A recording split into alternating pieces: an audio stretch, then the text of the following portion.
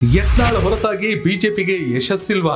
ಹಿಂದುತ್ವದ ಪೋಸ್ಟ್ ಕಾರ್ಡ್ಗೆ ಬೇಕಾ ಯತ್ನಾಳ್ ಸ್ಟ್ಯಾಂಪ್? ಹಿಂದೂ ಹುಲಿ ಇಲ್ಲದೆ ಬಿಜೆಪಿ ಗೆಲ್ಲೋದು ಕಷ್ಟನಾ?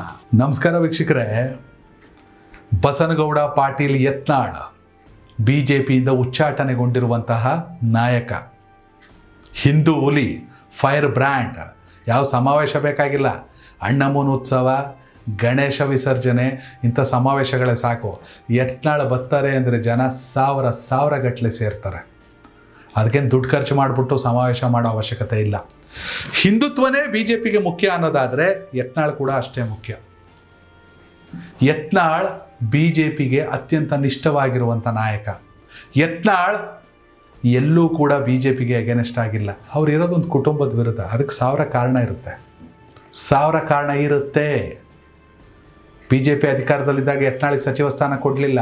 ಇವತ್ತು ಅಟಲ್ ಬಿಹಾರಿ ವಾಜಪೇಯಿ ಅವರನ್ನು, ಪ್ರಧಾನಿ ನರೇಂದ್ರ ಮೋದಿ ಅವರನ್ನು ಆರಾಧಿಸುವಂಥ ಸಾಕಷ್ಟು ಜನ ಯಂಗ್ಸ್ಟರ್ಗಳು ಬಿ ಜೆ ಪಿಲಿದ್ದಾರೆ. ಇದೇ ಅಟಲ್ ಬಿಹಾರಿ ವಾಜಪೇಯಿ ಅವರ ಸಂಪುಟದಲ್ಲಿ ಸಚಿವರಾಗಿದ್ದವರು ಬಸನಗೌಡ ಪಾಟೀಲ್ ಯತ್ನಾಳ್. ಅವ್ರ ತಾಕತ್ ಏನು ಅನ್ನೋದು ಹೈಕಮಾಂಡ್ಗೂ ಗೊತ್ತು. ಆದರೆ ಇಲ್ಲೊಂದಷ್ಟು ಜನ ಹೈಕಮಾಂಡ್ದು ಕಿವಿ ಹಿಂಡಿ ಅವ್ರನ್ನ ಉಚ್ಚಾಟನೆ ಮಾಡಿಸಿದ್ರು. ಬಿ ವಿ ನಾಯಕ್ ಅವರು ನನ್ನ ಜೊತೆ ಮಾತಾಡ್ತಾ ಹೇಳಿದ್ರು, ಯತ್ನಾಳ್ನ ಹೊರತಾಗಿ ಬಿ ಜೆ ಪಿಯ ಯಶಸ್ಸು ಅಷ್ಟು ಸಾಧ್ಯವಿಲ್ಲ ಅನ್ನೋದು ಚೆನ್ನಾಗಿ ಗೊತ್ತಿದೆ ಬಿ ಜೆ ಪಿ ರೆಬಲ್ಸ್ ಟೀಮ್ಗೆ. ಮೊದಲನೇದಾಗಿ ಬಿ ವಿ ನಾಯಕ್ ಅವರೇ ನಮಸ್ತೆ.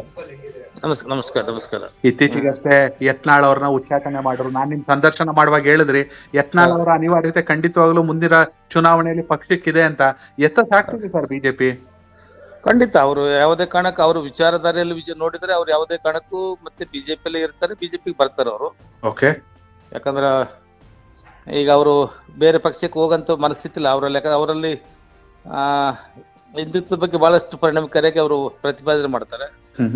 ಬಿಜೆಪಿ ಅದನ್ನು ತಗೊಂಡು ಹೋಗ್ತಾ ಇದಲ್ಲ, ಮತ್ತೆ ಅದಕ್ಕಾಗಿ ಅವ್ರಿಗೆ ಅವ್ರ ಪಕ್ಷಕ್ಕೆ ಒಂದು ಶಕ್ತಿ ಆಗ್ತಾರೆ. ಮತ್ತೆ ಅವ್ರ ಬರುವಂತದ್ದು ಬಹಳ ಅನಿವಾರ್ಯ ಪಕ್ಷಕ್ಕೆ ಅಂತ ನನ್ನ ಅಭಿಪ್ರಾಯ ಅಷ್ಟೇ. ಓಕೆ. ಒಟ್ಟಿನಲ್ಲಿ ಏನೇ ಆಗಲಿ ಬಿಜೆಪಿ ಉದ್ಧಾರ ಆಗಬೇಕು ಅನ್ನೋದು ನಿಮ್ಮ ಪ್ರಯತ್ನ ಅಷ್ಟು. ಖಂಡಿತ.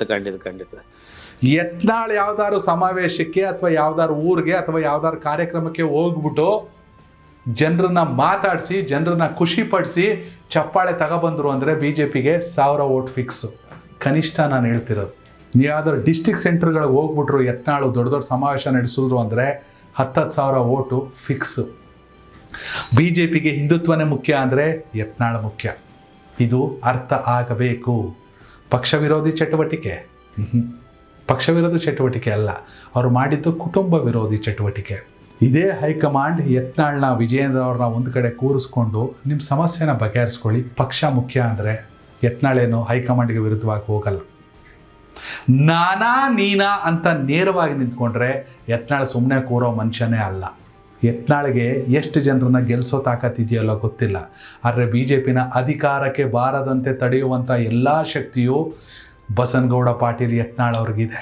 ಬಿ ಜೆ ಪಿಯಲ್ಲಿ ಸಾಕಷ್ಟು ಸಮಸ್ಯೆಗಳಿರಬಹುದು. ಸಮಸ್ಯೆಗಳನ್ನ ಮುಚ್ಚಿಕೊಂಡು ಎಲ್ಲವನ್ನ ಸರಿಪಡಿಸ್ಕೊಂಡು ತೇಪೆ ಹಚ್ಕೊಂಡು ಹೋಗ್ಬೇಕಾಗಿರೋದು ಬಿ ಜೆ ಪಿ ಕೆಲಸ.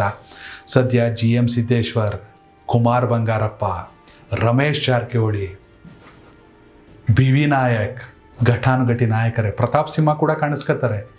ಘಟಾನುಘಟಿ ನಾಯಕರ ರೆಬಲ್ಸ್ ಟೀಮಲ್ಲಿ ಗುರ್ತಿಸ್ಕೊತಾ ಇದ್ದಾರೆ. ಹೋಗಿ ಕೇಂದ್ರ ಸಚಿವರಾದಂತಹ ಸೋಮಣ್ಣ ಅವ್ರನ್ನ ಭೇಟಿ ಮಾಡಿದ್ದಾರೆ. HD ಕುಮಾರಸ್ವಾಮಿ ಅವ್ರನ್ನ ಭೇಟಿಯಾಗಿದ್ದಾರೆ. ಕರ್ನಾಟಕದ ಉಸ್ತುವಾರಿ ಆಗಿರುವಂತಹ ರಾಧಾ ಮೋಹನ್ ದಾಸ್ ಅಗರ್ವಾಲ್ ಅವ್ರನ್ನ ಭೇಟಿಯಾಗಿದ್ದಾರೆ. ಅಲ್ಲಿಗೆ ಬಿ ಜೆ ಪಿಯ ಸಮಸ್ಯೆಗಳು ಒಂದೆರಡಲ್ಲ, ಎಲ್ಲವನ್ನು ಸರಿಪಡಿಸ್ಕೊಂಡ್ರೆ ಮಾತ್ರ ಸಾಧ್ಯ. ವೀಕ್ಷಕರೇ, ನಿಮ್ಮ ಪ್ರಕಾರ ಯತ್ನಾಳ್ ಮತ್ತೆ ಬಿ ಜೆ ಪಿಗೆ ಅವ್ರು ಬರಬೇಕಾಗಿಲ್ಲ, ಬಿ ಜೆ ಪಿ ಅವ್ರು ಕರ್ಕೋಬೇಕಾ ರೆಡ್ ಕಾರ್ಪೆಟ್ ಆಗಿ? ದಯವಿಟ್ಟು ನಿಮ್ಮ ಅಭಿಪ್ರಾಯ ಕಾಮೆಂಟ್ ಮಾಡಿ. ಧನ್ಯವಾದಗಳು. ಕನೆಕ್ಟ್ ಕರ್ನಾಟಕ, ಇದು ನಿಮ್ಮ ನೆಟ್ವರ್ಕ್.